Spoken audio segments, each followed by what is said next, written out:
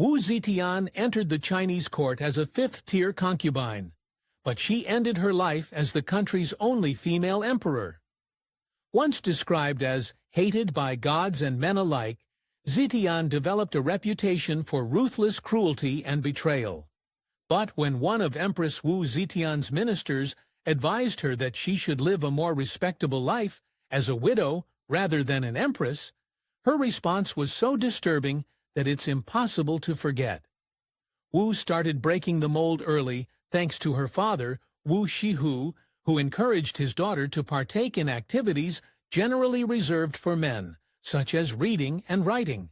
By the time she was a preteen, Wu could write poetry, create beautiful calligraphy art, and quip with the best of them.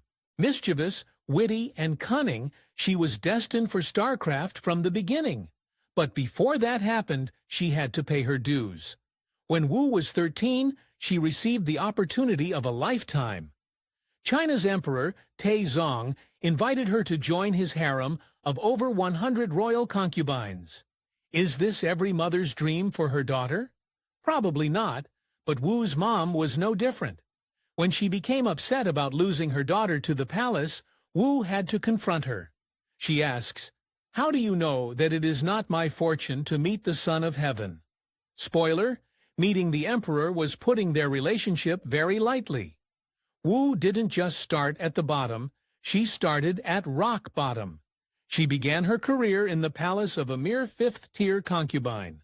But it didn't take long for Wu to catch Taizong's eye.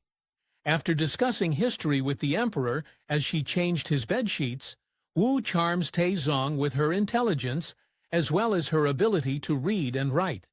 It didn't take long for her to rise up through the ranks. Wu always found ways to stand out as one of Emperor Taizong's concubines. One of her most notable strategies was offering to tame one of his horses. Her tools, an iron whip, a hammer, and a knife. As she said, "First I'll beat it with an iron whip. If it does not yield, I'll hit it with a hammer. If it still won't be tamed, I'll cut its throat with a knife." Some Chinese historians have theorized that Wu's first gained favor with Emperor Taizong because she was willing to go the distance. Apparently, Wu was willing to satisfy the emperor's greatest and most unusual urges. Wu earned the nickname Mei Niang, or Beautiful Girl, from Emperor Taizong. As thought that wasn't a big enough giveaway, Wu's actual name meant Celestial. But despite her charm and all those personal services to the emperor, she was never his favorite. Being the emperor's concubine sounded like a high-profile gig, until you remember that it came with some pretty intense conditions. Custom decreed that if Wu didn't have the emperor's baby before he died, she would have to go live as a Buddhist nun. However, when the day came, Wu refused to give up her powers so easily. When Taizong passed in 649, his ministers forced Wu to get herself to a nunnery. She went, but soon enough, she managed to get out and fight her way back to China's luxurious courts. How did she do it? There are two versions of the story, and both make it clear that you didn't want to mess with Wu Zetian. Wu Zetian managed to return to court by attaching herself both politically and romantically to the newly crowned emperor, Gaozong, aka her own stepson.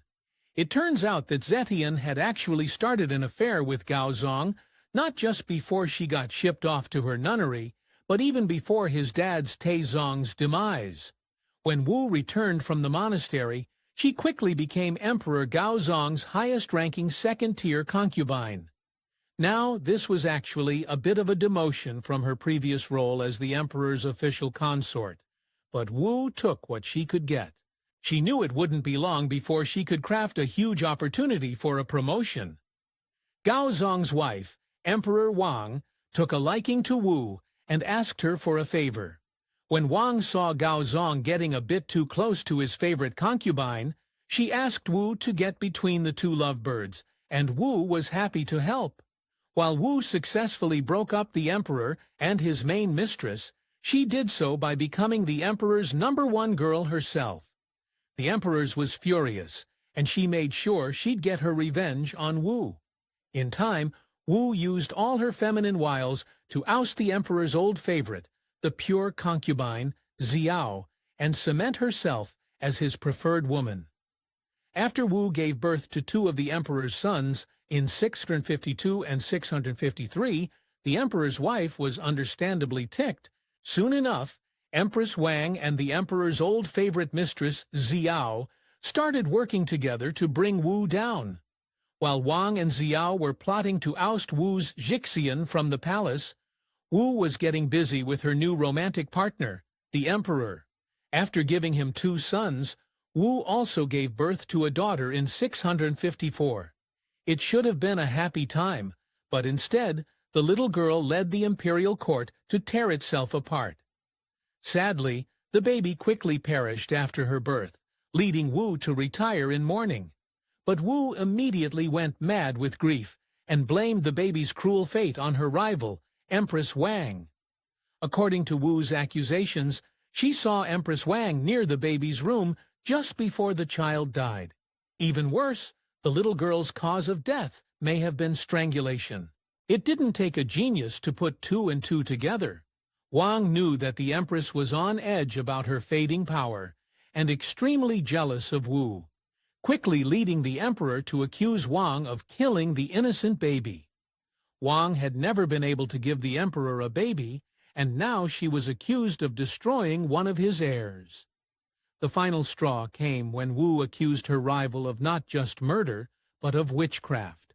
After all this, enough was enough. Xiaozong stripped Wang of her power and promptly replaced her with Wu's Zetian. Now Wu was the Empress of Imperial China. Wu's daughter's demise was tragic, but it also led to some significant perks. And according to some historians, that's not a coincidence. Some scholars think that Wu used the loss of her own child as an opportunity to drag Empress Wang's reputation through the mud and clear her own path to victory. But according to others, that's not the full story. Disturbingly, some historians believe that Wu was so desperate for power that she strangled her child herself and then framed her rival. To this day, no one knows the truth about the baby's final days. After all the accusations, Wu and Emperor Xiaozong made things official by tying the knot in 655. Instead of a romantic honeymoon, Wu's new husband gave her the gift she really wanted. Against his chancellor's wishes, he imprisoned Wu's rival ex-emperor Wang and consort Xiao. But even that wasn't enough for Wu. She was out for blood, and she'd do anything to get it. When Xiaozong started thinking about freeing Wang and Xiao, Wu stepped in and shut down the idea. She probably had the woman executed. According to legend, their ghosts haunted Wu for years. Wu's husband, Emperor Xiaozong, has gone down in history as a sickly, weak ruler who could easily be swayed by people. As though his wimpy personality was easy enough for Wu to overcome, Xiaozong then had a massive stroke in 660. With Emperor left debilitated by his health issues, Wu ruled in his place. Wu looked for some extra help during Emperor Xiaozong's reign by exploring magic and even employing a court sorcerer. However, Xiaozong was becoming mistrustful of Wu due to the amount of power she wielded. Her interest in magic rubbed him the wrong way, so much that he sought to depose her. But the cunning Wu managed to talk to Xiaozong to forget about all of his worries. After Wu had her concubine rivals eliminated, she started taking care of those pesky chancellors who didn't support her bloodlust. Wu forced her allies to accuse her haters of treason. She had ex-chancellors demoted, sent into exile, and executed. When one guy that she really disliked died before she could kill him, she made to do by executing his sons instead. And that's not even the worst thing she did when she cleaned house. Empress Wu had a special plan for her most hated chancellor, Zhang Sun Wuji. After getting him accused of treason, she then manipulated her husband into sending Wuji into exile. Still unsatisfied, she sent yet another of her lackeys to pay Wuji a visit and force him to die by suicide. When Wu was crowned empress after this long, bloody road to power, an enormous earthquake hit China, leading the courts to see it as a terrible omen. One Confucian scholar claimed that the earthquake represented the horror of a woman in power. He even said that Wu's masculine reign was making hens turn into roosters. During the earthquake, a mountain rose up from the land. Instead of seeing it as a bad omen, Wu interpreted the mountain as a blessing and a reference to the Buddhist mountain of paradise, Sumeru. Wu then dubbed the mountain Mount Felicity. By 664, Wu effectively ruled China. She'd violently ousted all of her rivals and competitors, leaving only her weakened husband and her loyal lackeys. Such was her power that when emperor had important government meetings, Wu's Zetian would demurely listen to his diplomatic updates behind a delicate pearl screen and secretly call the shots. Gaozong was the emperor's name, but Wu was the empress in practice. Wu would do anything to hold on to her power, no matter how defenseless her target was. When her husband the emperor impregnated one of his favorite concubines, Wu was rumored to have poisoned the woman and made her lose her baby. Wu and Gaozong ruled as divine monarchs under new names.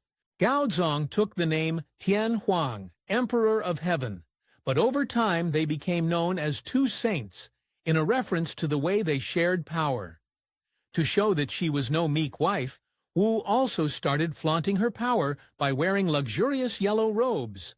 Normally, only emperors were allowed to do this, so when Wu's Zetian made yellow her signature color, it was a sign. Everyone had better back down and watch the queen conquer. People who didn't respect Wu's Zetian and her inner circle learned to regret it. When Wu's brother insulted their mother, Lady Yang, Zetian showed that she had no patience with disobedience.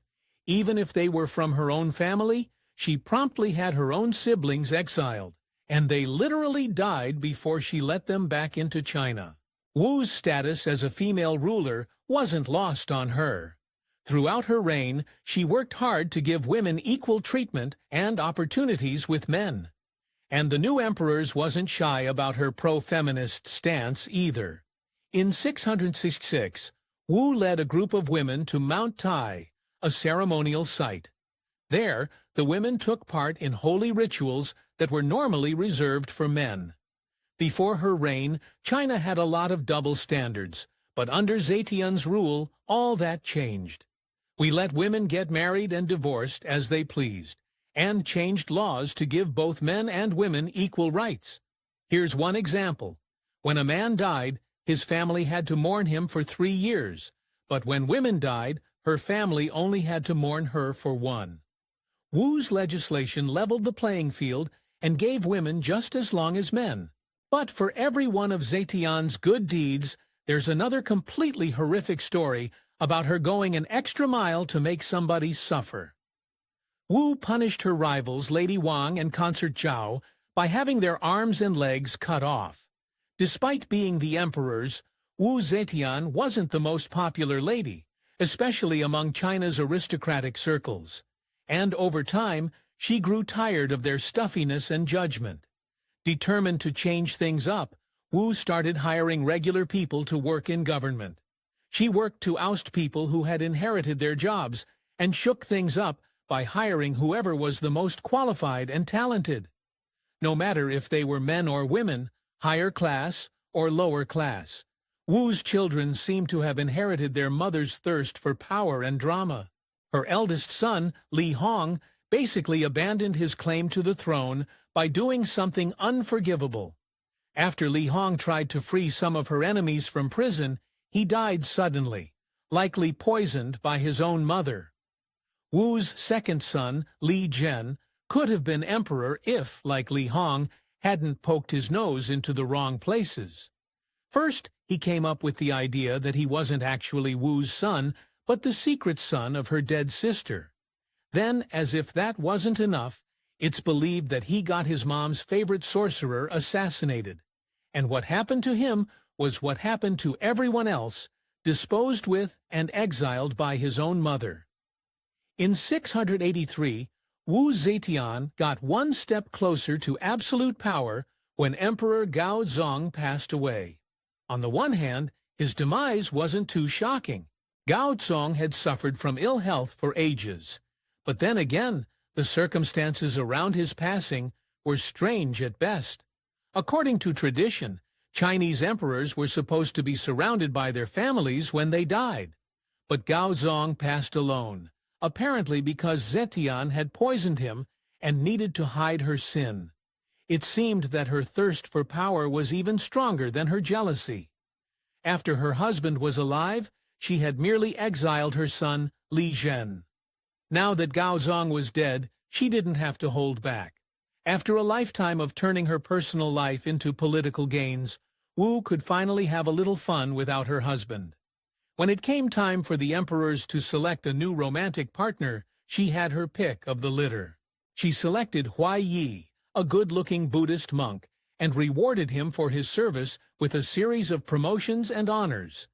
You might be shocked to know that Wu's relationship with Huai Yi ended poorly. When Wu started spending time with other gentlemen, Huai Yi got so jealous that he burned down 2 of her buildings. In revenge, she burned down Huai Yi's whole life. He was executed in 695.